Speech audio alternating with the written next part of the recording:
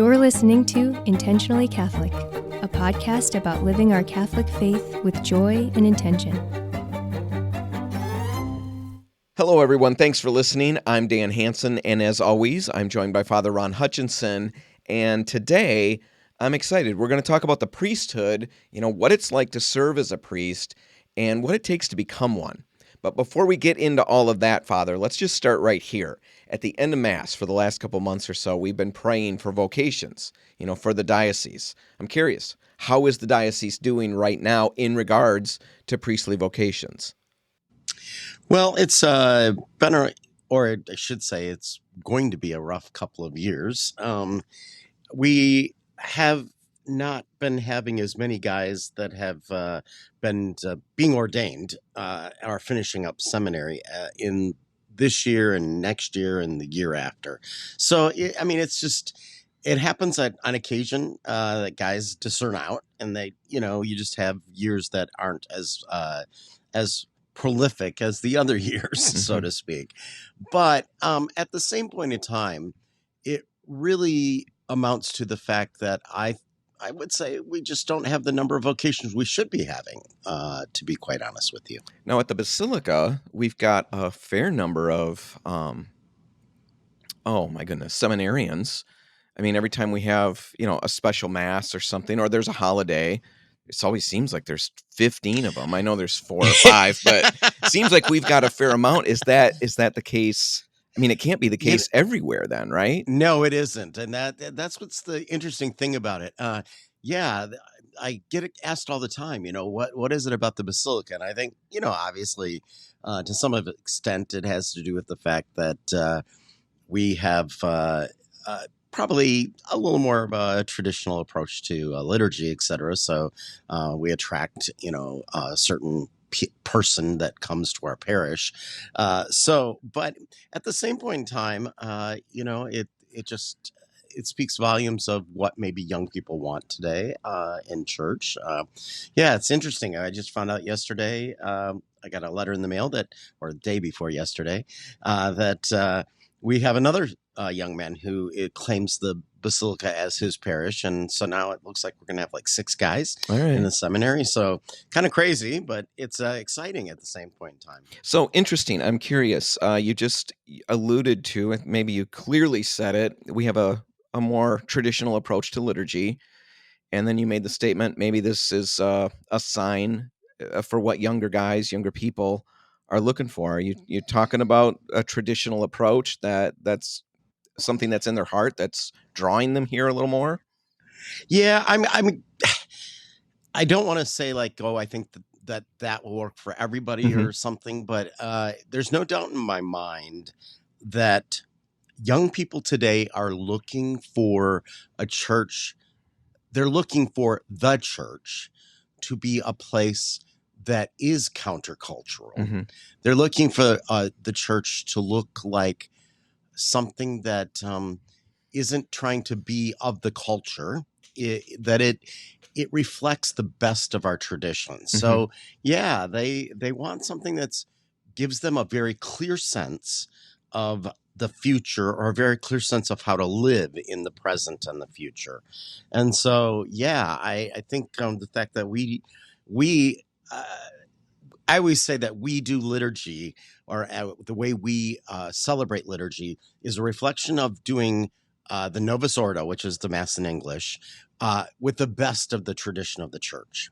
So we're very high church. We're very, friends of mine would say we're very smells and bells. We tend to do liturgy really big, really well, and really traditionally, in the sense that when you come to Mass, it's something that reflects like the best of the church's tradition from the past and into the present. So I guess that's the only way I have to put it. I mean, I can describe it in little details. It would be the fact that, we tend to chant a lot. We chant everything, the priest does, the people, we sing everything. We use a lot of traditional hymnody. We use an organ in the more traditional way. It reflects like what a high Mass used to look like in the good old days, Right. so to speak.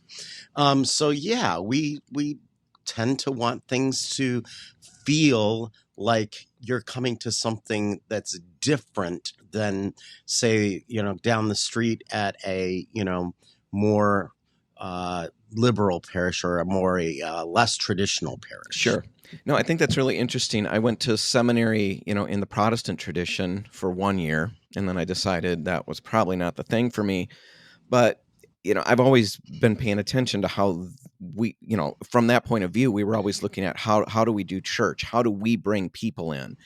And I've Mm-hmm. read tons of articles, been in tons of discussions where, the tendency in the Protestant church at one point when I was in that mode, we were trying to, there were seeker churches. And what that meant was it was, a lot of contemporary music. The music felt like pop music, but with Christian lyrics. Sometimes it didn't even have Christian lyrics because the pop song itself kind of leaned that way or could be interpreted that way. Mm-hmm. So there was a big push for that.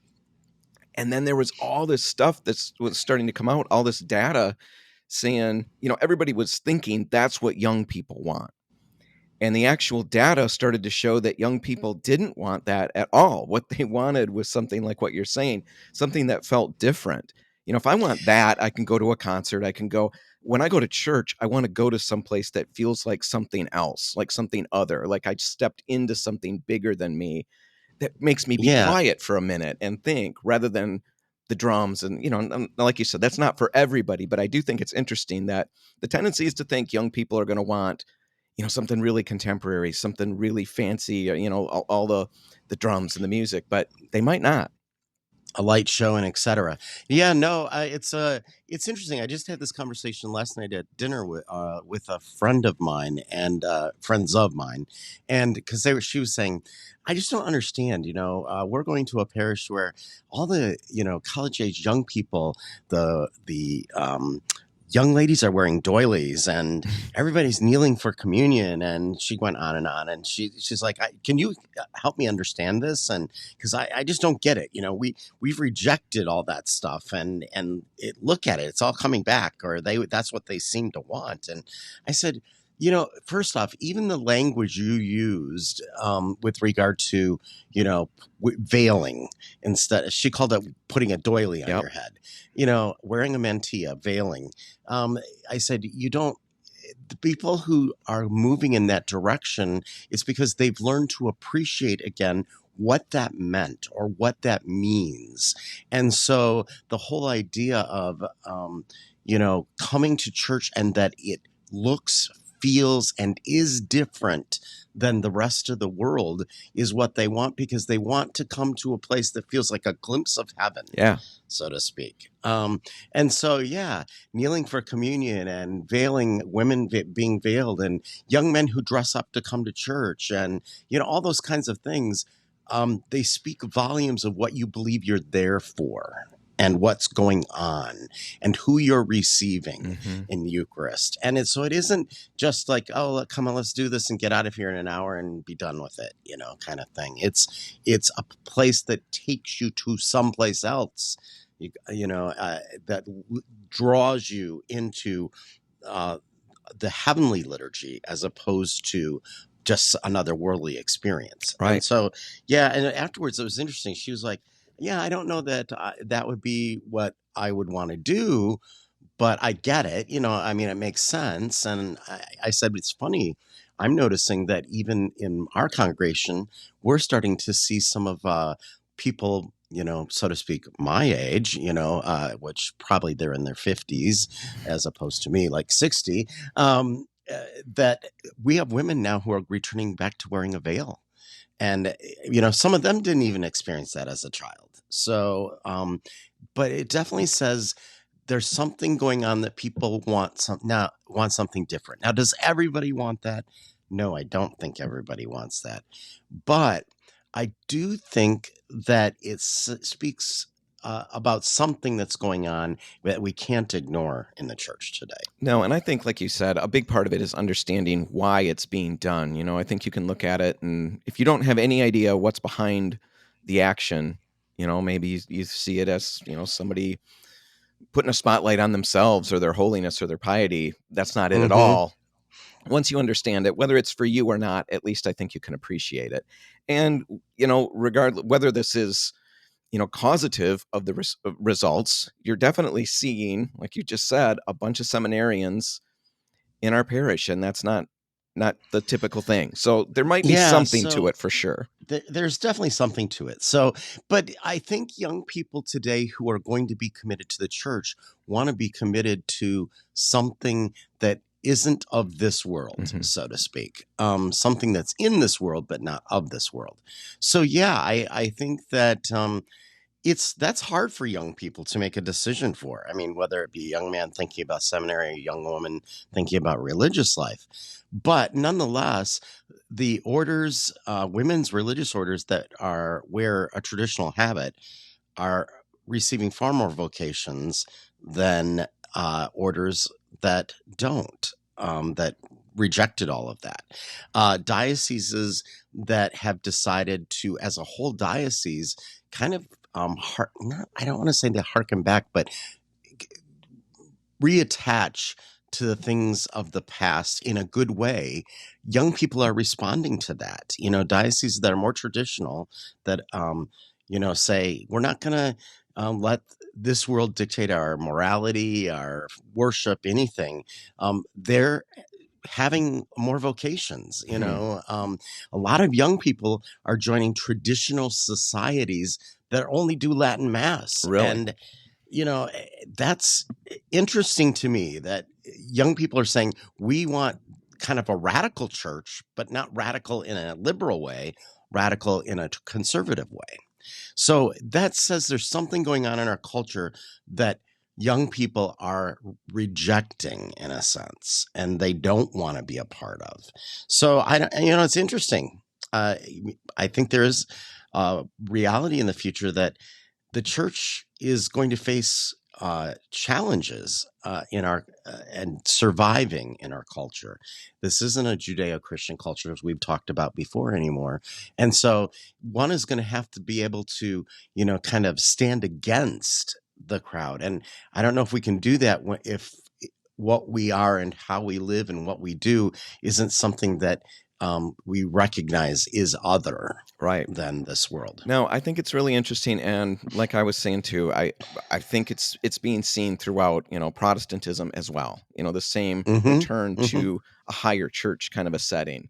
So we're talking about priesthood, or yeah, priesthood, vocations, and specifically what I want to focus on in the rest of this discussion conversation is priesthoods, and we'll get into other religious life in other ones down the road. Mm-hmm.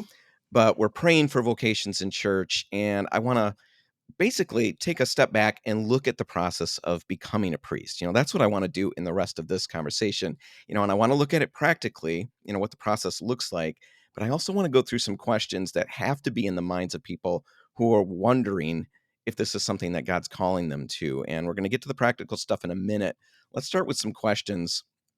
And I guess I'm just going to start throwing them at you. Let's say somebody, a young guy out there, he's starting to wonder if God's calling him to the priesthood. God yet doesn't usually speak audibly.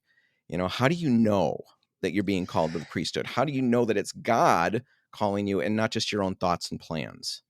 Yeah. Well, I mean, first off, discerning religious vocation, priesthood, involves having a very well defined prayer life, is the first thing. One can't just be like, oh, I'm feeling this today, and so I'm going to just respond to it. You have to have a very good prayer life. So it starts in prayer.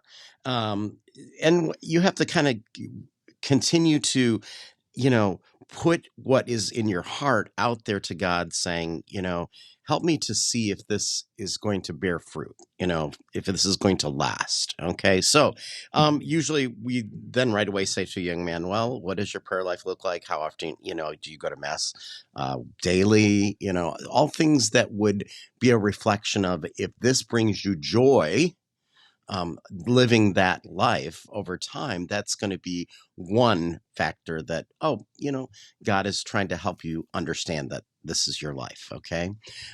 Also, I think we start to recognize that our life we see the rest of our life, things that we thought were important, we go, that really isn't important to me anymore. God is showing me that that isn't where I'm going to find value. I'm not going to find happiness. So, it's all things that happen over time. But I think, quite honestly, I always say to guys, you're not making the decision to be a priest when you decide to go to the seminary. You're making the decision to go to the seminary to see if you're called to be a priest. So one doesn't have to put the cart before the horse, so to speak. You have to decide first, am I called to go to the seminary? Do I think I need to go there to discern, to figure out what God is calling me to? And then that decision is the first decision. Okay. So young men that come to me, I'm like, I don't think you're ever going to lose by going to the seminary. So even if, a year into it, after a year's over, you go, yeah, I've really figured out this is not for me, because, I just don't find the joy I thought I was going to have. I don't find the peace I thought I was going to have, all that kind of thing. Mm-hmm. And the great part about it at the seminary, you have a spiritual director, you have a formation director, you're immersed in this life of prayer and spending time with God. And if that doesn't open you to figuring out what you're meant to do, then nothing is going to be quite honest with you. So you go in, I'm off track already because now I've got another question that brings up to me. Okay, that's fine. So we'll see how this plays going. out. Who knows how it shakes out when it's all done. This may have to be edited big time. Yeah.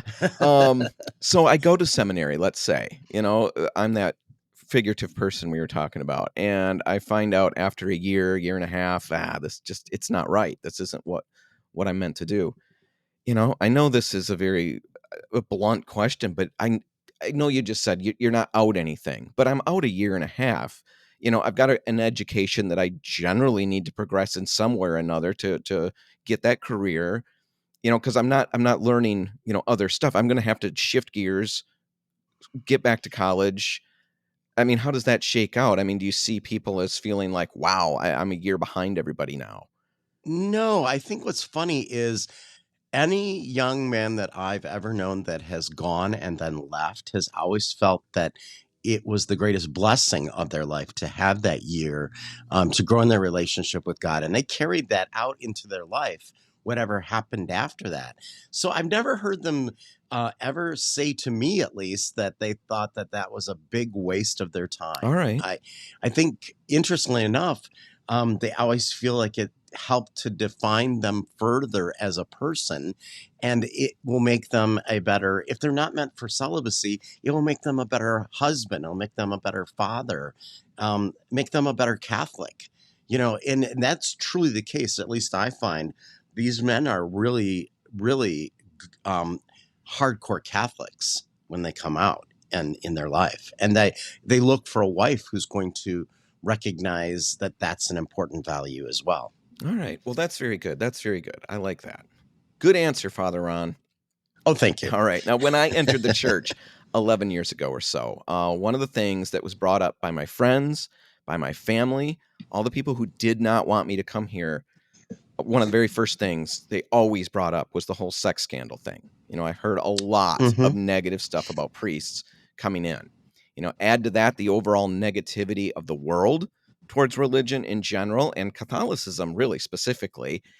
And all of that together makes me want to ask, how do you deal with all of that as a priest? And how can young men who are feeling the call respond and navigate through such negativity? Or am I imagining things? And you as a priest don't experience a lot of that negativity at all?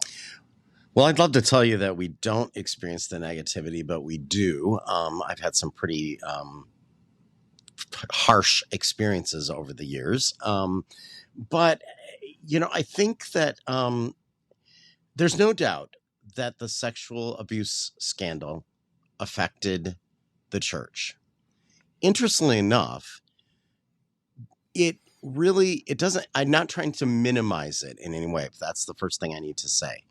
But given how big our organization is, the number of cases over a lengthy period of time wasn't any more than culturally the rest of the society. But it's very interesting. I think partly because, yeah, and rightfully so, we expect a great deal of priests. We expect them to live what they say they're living, and when they don't, it is a huge blow to people. So anything happening in the church where we aren't living the very values we say we're going to live, people are going to be like, whoa, this looks horrible. And it is a bad optic. There's no doubt about it.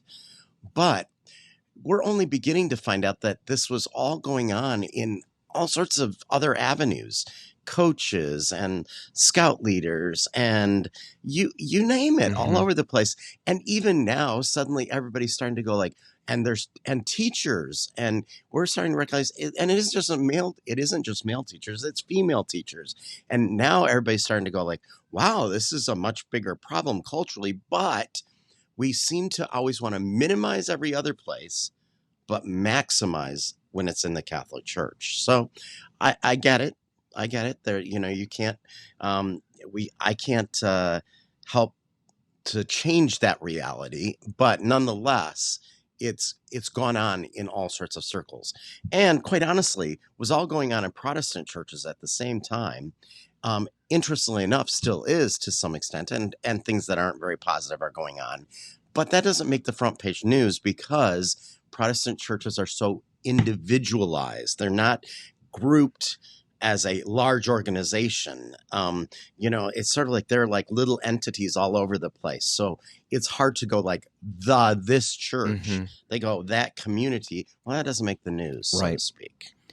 So do you notice young priests, people who are discerning this, men who are discerning this, running into this issue? Do they get lambasted with this stuff? Do they've got to try to navigate through it, or is it just not something they deal with? No, they do. They have to. They'll hear at some point somebody saying to them, "Why would you want to be a part of those child abusers?" All that kind of stuff. And so these guys then have to decide: is God and my relationship with God and this call that I'm experiencing to serve God far more important than how people are going to respond to me? It's the beginning of recognizing that serving the Lord throughout all the centuries of the church has always been countercultural. It's only been in like the 40s and 50s when it was like, oh, that's a great thing, being a minister, being a priest, it was respected, etc. Our culture has gone, in a sense, back to the early church days when, to even say you were a Christian, your family would have been like, oh, we have to commit you to the asylum. You've gone crazy, that this is absolutely unacceptable. So, yeah, to be honest with you, everything old is new again, is how I look at it. All right.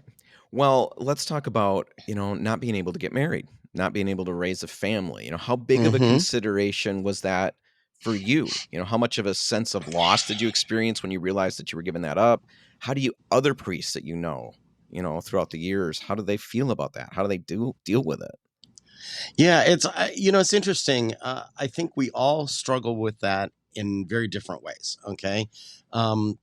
Certain aspects of it are going to be bigger or less important depending on the person. Okay. But nonetheless, celibacy is a great challenge for priesthood. Okay. Part of it is that people say, I just don't understand why do we do that? Well, scripturally, it comes from St. Paul and the idea that, if you're going to serve God with your whole heart, and, don't change anything in your life that's going to add another dimension into it, and that kind of idea.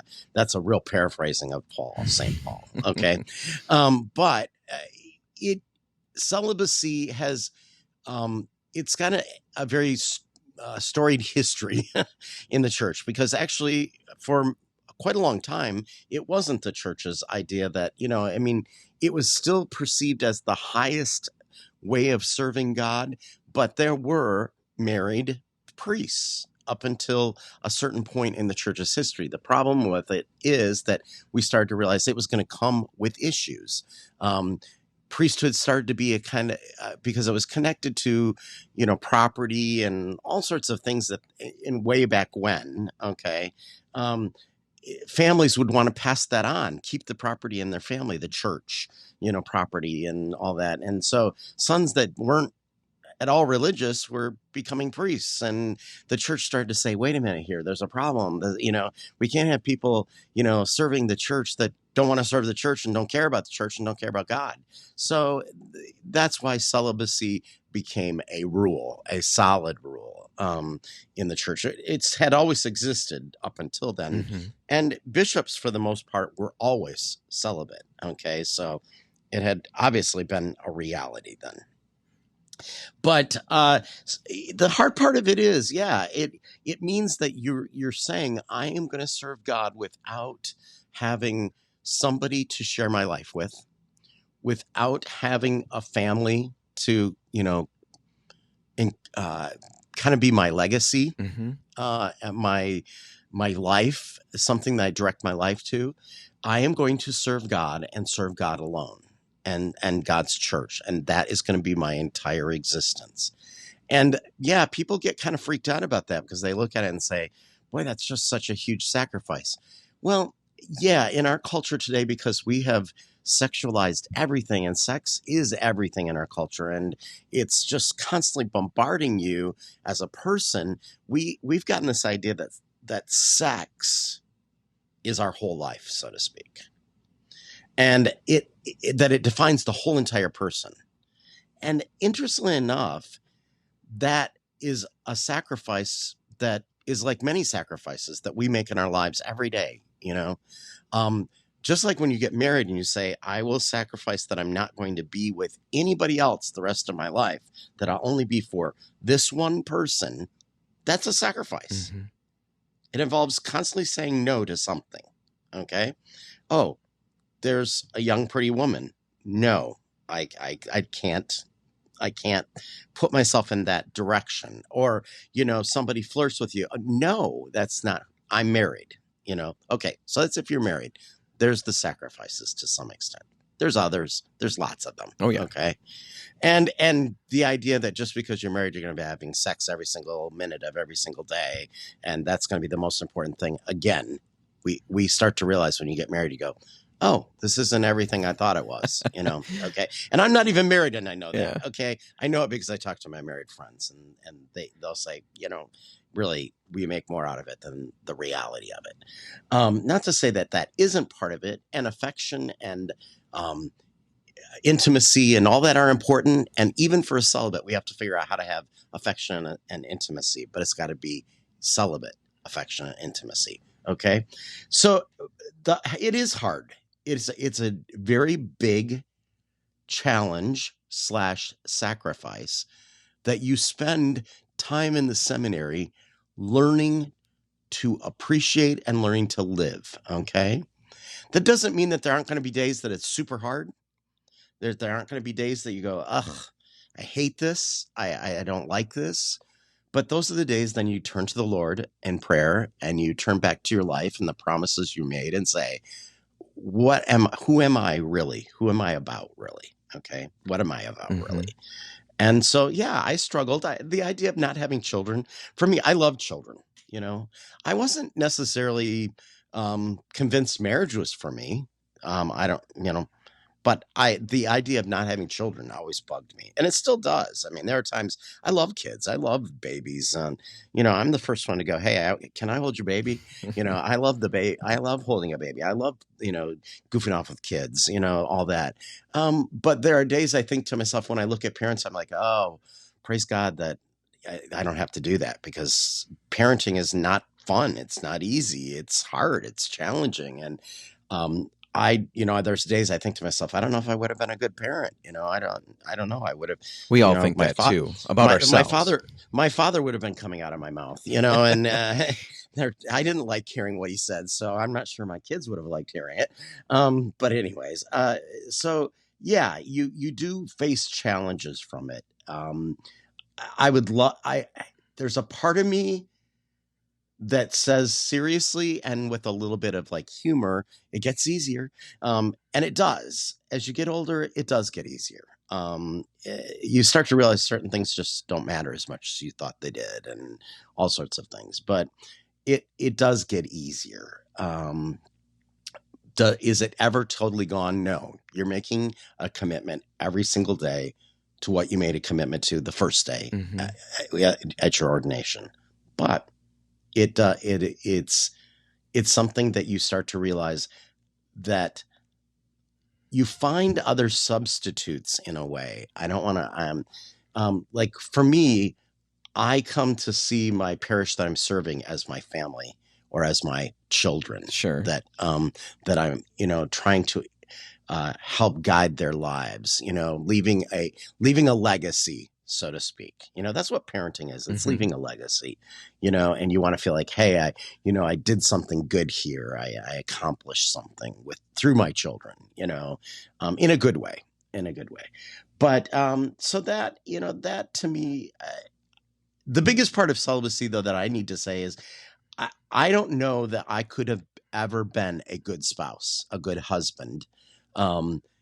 Because if I look at my life and how many times I have like been working and had to like call my family and say, I'm going to be late, or I'm not going to make it to this party or to this event, or, or I'd get, at an event and say, well, hi, bye. I got to go back to work. I got things I got to do. And, my family my parents, my sisters, will be the first ones to say to you that, yeah, I'm pretty absent from my family. Because of what you do as a priest. Because of what I do. Yeah. Because I'm always feeling that pull of like, how do I say no to what I committed my life to? So yeah, it's hard. I don't know how you could be a parent and schedule your life as a priest and not have to like say no to your family. No, to your kids. I can't imagine. I know how busy it is having kids, and then with what you do, I don't know how you do that. And really, along those lines, let's just move into the next question. Are there times of the day when you're off the clock? I get home at 5:30 or so, and I'm done with work at that point, and that's my time to do what I need to do around the house and pursue my hobbies and just live. Do priests typically get time like that? Or are you always on call? It sounds like you're kind of always on call. The hard part of this is you are always on call. I mean, at any moment, duty calls, so to speak. And yeah, you can be in the midst of your hobby, in the midst of your personal time, so to speak, and boom, suddenly you're on again. And that is one of the hard aspects of our lives. There are times you can be very resentful about it. You start to be very frustrated by it, because you go, gosh, I can't ever just be like in my off-duty life, because at any moment that could change, and it's interesting because I would say to you 99 point whatever % of the time, it doesn't bug me at all. Like I just go, boom, this is who I'll be sitting in the chair, watching a movie and get a emergency call, and I'll have to go upstairs and put on my magic clothes, as I always say, and put on the uniform like Superman and go. And you don't wear it underneath your other clothes? No, I don't. No, I don't. And I can't just like rip off my street clothes and there's my, there's my superhero outfit. No, it doesn't work like that. So yeah. And it's interesting because many times I'll even say to people, I'll be there as soon as I can, but I have to change my clothes and, I have to, then drive there. And it's always funny because people are like, oh, okay. And they kind of like do the, and I'm like, yeah, when I'm home, I don't, necessarily sit around in my clerical shirt and the collar totally tightened up and, and a whole bit of shoes on and et cetera. Sometimes I'm in a pair of gym shorts and a t-shirt and it's like, oh, I got to go change, and I have even had times where there was not a minute to spare and I was out and about and got the call and I'm like, I'm going to be coming in street clothes. So I apologize. I'm not going to look like a priest. And there's nothing stranger than walking into an emergency room at a hospital and the staff looks at you and go, I'm a Catholic priest and I got called by X family. And they're looking at you like, but you've got a tank top on, a pair of gym shorts and tennis shoes. Sure. Like, who are you? So, yeah. Wow. So all kinds of that. How do you feel about the choices you made? Did you settle in the right spot? Have you ever doubted it? It's interesting. I have gone through different periods of doubt over the years. I think that like any life, there are moments when you think, I totally did the wrong thing. This was not the right choice. And it may be because you're just having a bad time period. We call it a bad day or a bad week or a bad month or, a bad year. Had a couple of those. Yeah. And you just, and you say to yourself, like, I just don't know that I made the right choice. I've never doubted that God called me. I have just often doubted, do I have what it takes to continue to do this? To continue to move forward in this? Do I want the stress, the pressure, all the stuff that comes with this life? The one thing I've come to realize over the years of, working through my doubts or my concerns, the grass isn't going to be any greener in any other field. It's just going to be the same grass, So I've come to realize, like, you have to just deal with the doubts. And sometimes the doubts are big enough you have to walk away. There are guys that should walk away, because I think if it starts to make you negative and unhappy and you can't find your way out of that, then you need to move on. Walk away from the priesthood. People who are in the priesthood who leave it. Yeah, I've known guys that they should leave. They should have left, and it isn't because they weren't good priests, but they got to a place that they didn't love it more than whatever was bothering them. And then it was time to move on. It was time to say, even though I made a promise for a lifetime, I can't do this and I'm going to affect people negatively and I've got to get away from this. That's never happened to me. I mean, in the sense of that, I felt like I just had no choice but to walk away. I've always been able to find the inner peace again, or find consolation in the midst of whatever I was struggling with. And so, it's there, like any life, there are good days and bad days, so to speak. And so you have to make sure that you don't, wallow in the bad days and wallow in the frustrations that can come with any life, and especially with priesthood. Now with us, I'm going through something like that. I can contact you. We talk about it from time to time, let's say.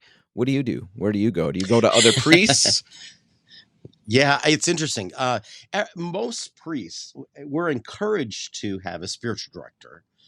So a spiritual director would be usually another priest that would be somebody that you can talk about your spiritual life and the struggles you're experiencing in your life with that person, and they help guide you in a sense.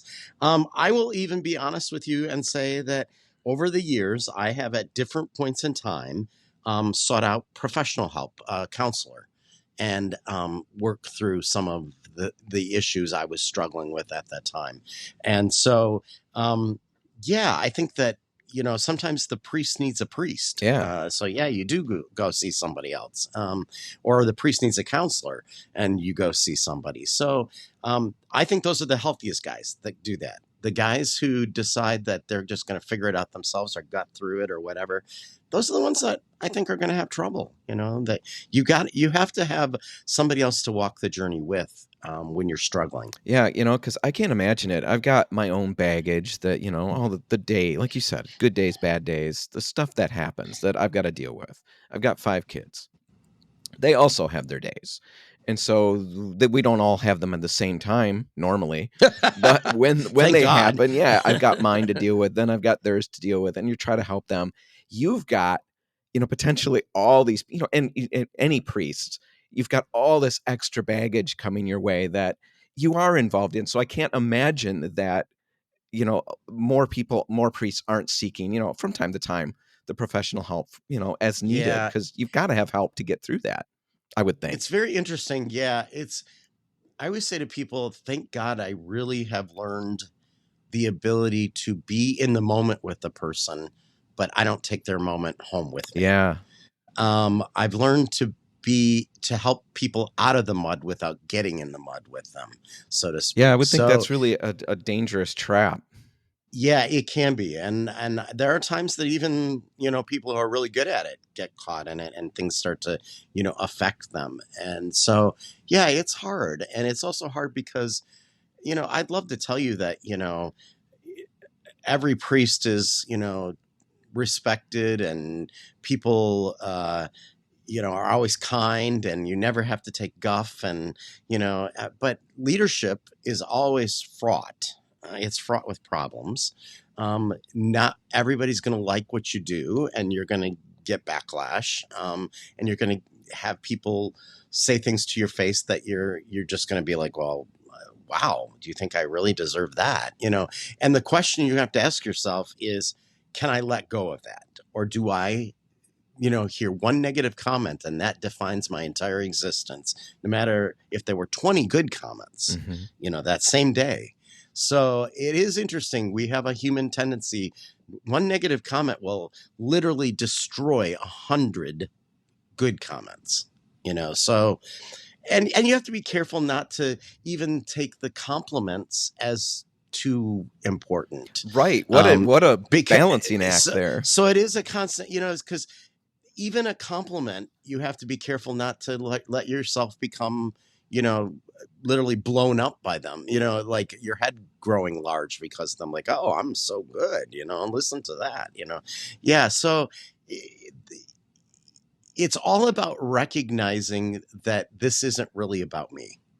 And most of the things that people say, oh, thank you that I didn't do. God did. The Spirit of God did. Like, I had a woman the other day that came out and said, it was so good that I was here for daily mass today. I'm like, oh, I'm glad you were here for mass today too. She says, no, I meant your homily, what you said today. I that spoke to me, that has literally changed me today. And I was like, you could easily go like, wow, I am good. I am good. And then I have learned to just go, well, thank you, God. And the God did work because, quite honestly, I know my homily wasn't that good that day. So, I'm just like, okay, I'm glad the Spirit of God worked for you today. That's great. That's funny. What's the most challenging part of the priesthood for you personally? For me, I think that I've come to see that as much as I used to say in the past, I love the administration and all of the administrative aspects of my life as a shepherd, I've come to the point that I don't enjoy that stuff at as much or at all anymore. It consumes way too much of my time, way too much of my energy. It's harder and harder than it used to be. It's always about money. It's always about budgets. It's always about, stretching a dollar and all, and, staff problems and finding the right staff member and supervising staff. And it's just stuff that if you were really to look at my day, that is almost 80% or more of my day. And I didn't get into priesthood for that, to be quite honest with you. Is that unique in your situation, or is that just very common across the board? That defines our lives anymore. And it takes up a lot of time. And it means that then the things that I really find life-giving, being there for people and really, being able to go and help people or go to the hospital for visits or, I'm finding that a lot of that stuff that people think we do all the time isn't the stuff I'm doing all the time. It's not even stuff I'm doing hardly at all. I'm making sure that it's getting done by other people, like, lay people going to the hospitals and visiting people in nursing homes and blah, blah, blah. Yeah, that's not a lot of my life anymore. My life is like managing a whole huge organization and trying to make sure that things are getting done, but it isn't necessarily me doing those things. And that's the hard part of priesthood, I think, at times. And you think other priests feel the same way? I know they do. Yeah. We talk about it all the time. I mean, it's the hard part of it. We all relish when we have a day that is ministry. We may be tired, but we relish it. Where, I can be tired from a day of like total administration, and I'm not relishing it at all. Doesn't feel like you did the big work that day. I don't feel like I accomplished anything that day. What's the most rewarding part? The rewarding part is being able to help people in the midst of crisis, I would say. And not because it always turns out good, but because you were there for them, and they'll even say that. I find for me, Sunday is exhausting. Sunday liturgy, having 2 masses in the morning and really putting your all into it is very exhausting. But I always walk away feeling, well, not always. Most of the time I walk away feeling like, wow, that was just incredible. That's what I'm here for. So it's kind of stuff like that.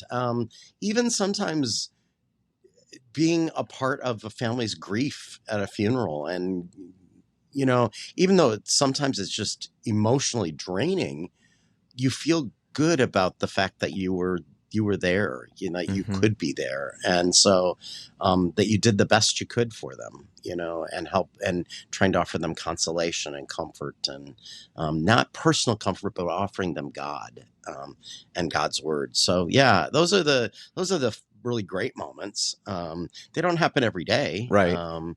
And sometimes even those very things I just said, I really love that.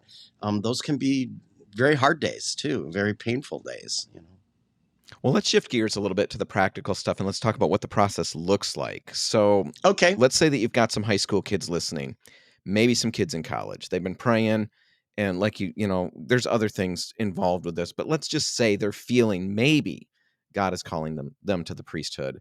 What do you recommend? What's their next step?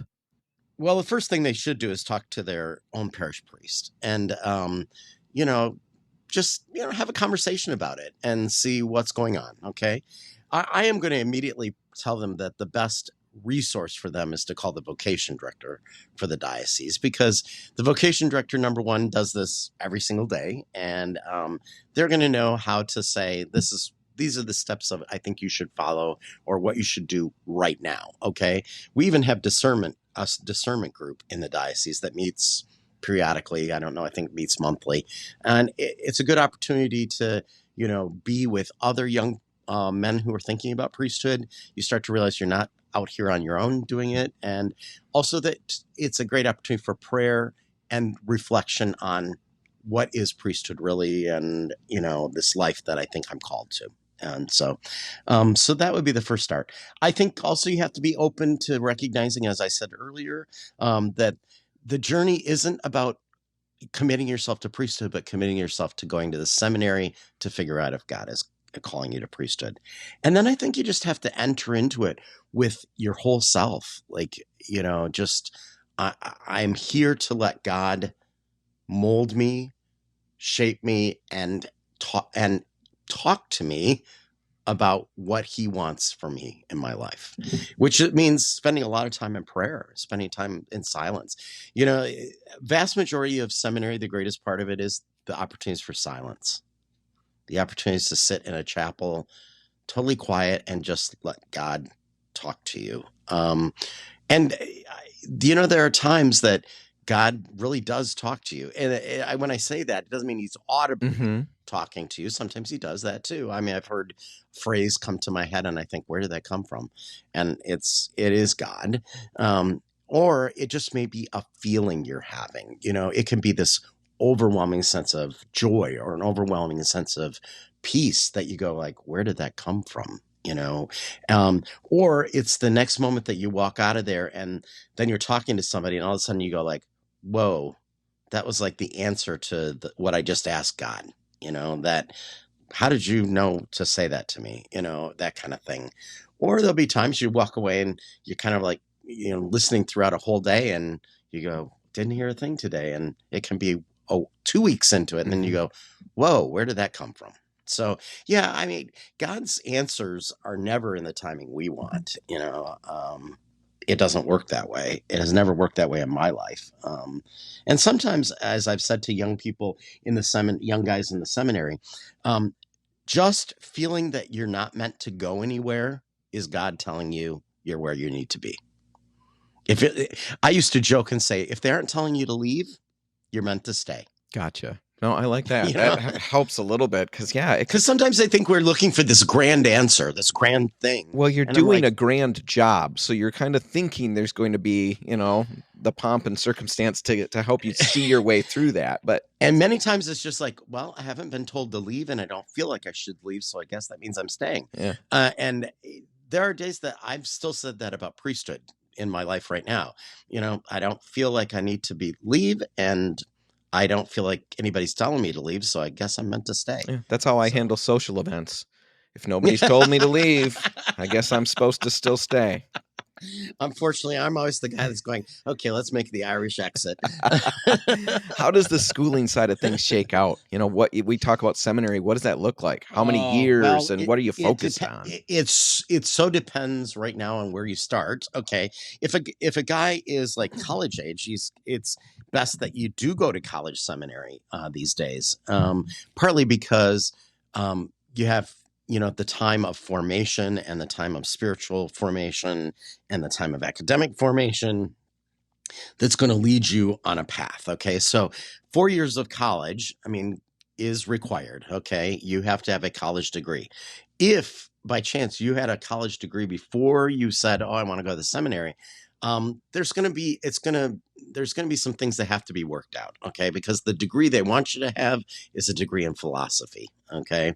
It isn't a degree in, management, interestingly enough. So, any guy that right now if they were to come out of a seminary program and say, oh, I want to be a seminarian, the first thing that happens today is they have what they call a propedeutic year.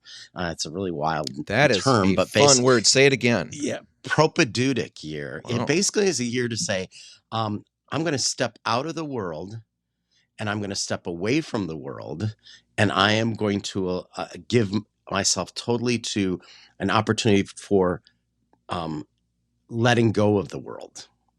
So, because one of the things we've started to discover is that when guys are coming out of the world and haven't necessarily been going to church every day and haven't been praying, incredibly and have had kind of a worldly life, there's so many things that have to be let go of in order to be really open to being in the seminary, to being a totally prayerful person. A person has to learn how to pray and learn how to, be quiet and learn how to let go of the things the world told you were important and all those kinds of things. So, yeah, propedeutic year now has become the norm. And then a guy will often then have to do 2 years of pre-theology, which is getting your degree in philosophy.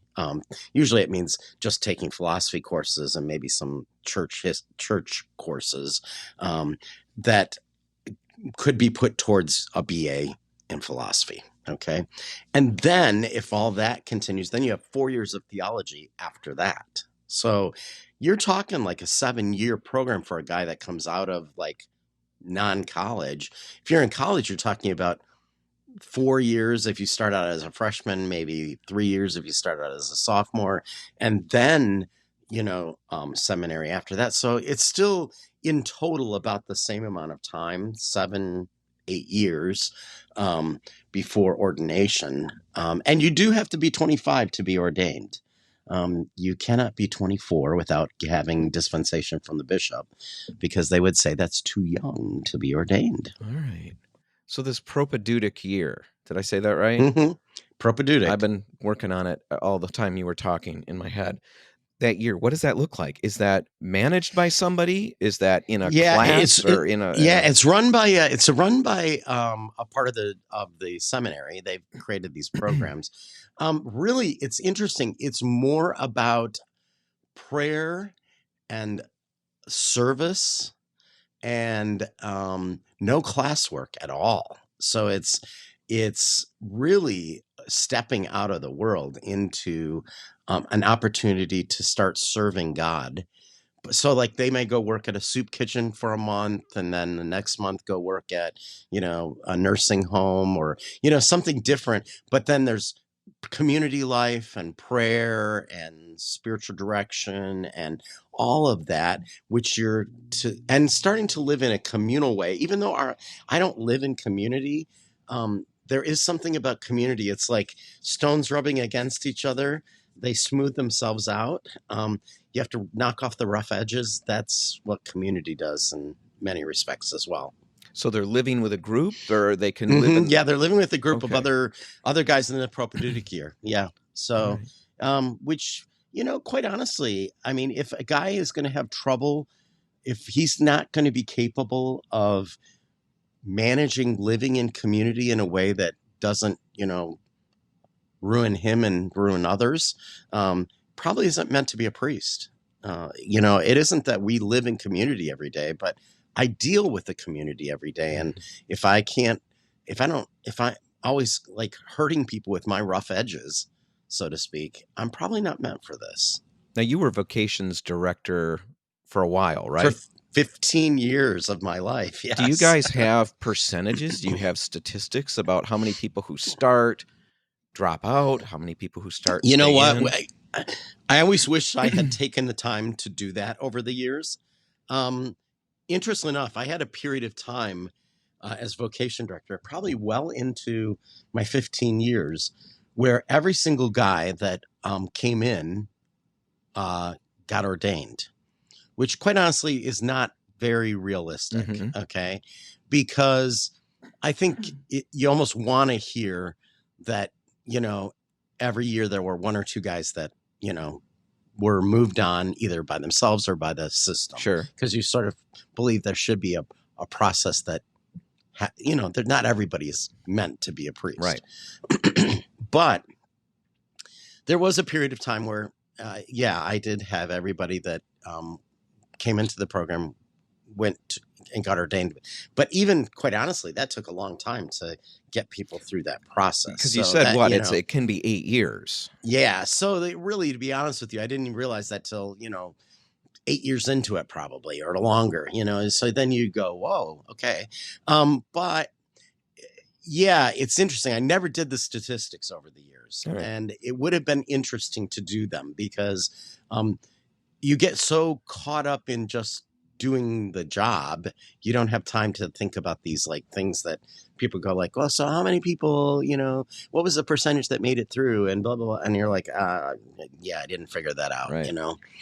I was busy just doing the work, of every year. If I had a good year and 6 guys came in, it was probably likely that a couple guys left, that would be a normal year. And you had to learn not to. The statistics can become too important. I agree. Like, how many seminarians do we have? And how many guys do we have getting ordained? And blah, blah, blah. And, so yeah, like right now to have, like next year, we're going to have nobody ordained to the priesthood. As the vocation director, everybody's looking at you like, well, you didn't do your job. And I'm thinking, wait a minute here, people. I'm only the guy that helps guide them through this experience of seminary and getting into seminary. What about what are the priests not doing out there to get me a pool of guys? So I always looked at it and said, my job is once they show up at my door. Before that, it's everybody else's job. Yeah, you got to have them first. Which is what I kept trying to say to all the lay people and all the priests of our diocese. We all have a task of encouraging vocations. And that's when we all stop doing that, when we see it only as one person's job instead of really the duty of all of us, then we're going to start having what we have right now in the church, because we have parents who are no longer asking their boys, their young men, to think about priesthood. They're not doing it from the time they're little boys. And like, what about being a priest? And wouldn't you be a good priest? Or you like serving? Wouldn't you think about priesthood? Blah, blah, blah. We don't do that. And we don't have people within the parish community saying to a young man who's a server, you always look like you just love being at the altar so much. Have you thought about priesthood? It's that kind of stuff. We used to have nuns in classrooms constantly in Catholic schools, saying every boy should be considering being a priest or a religious brother, and every girl should be thinking about being a sister, and, that kind of thing. So if you aren't constantly planting the seeds, there's never going to be the opportunity for a few of them to grow. No, I think that's great. It can be as simple as that, just starting that conversation, just throwing that thought out there. And I think getting to a place where that's a starting point, with my kids, there's always the conversation, well, are you going to be a teacher? Are you going to go into business? There's always these key, occupations that get thrown out there. I think that's another one to add to the mix. It's just a very simple step, especially if you're Catholic. I mean, that's got to be part of the conversation. And whether they pursue it or not, it's been planted. It sits in their mind a little bit. And they see it as okay thing to do, as a desirable thing to do. Yeah, exactly. And, I think that's why there were so many vocations in certain periods of the church's life is, if you scatter all this seed, some of it's going to fall on good ground. I mean, Scripture tells us that.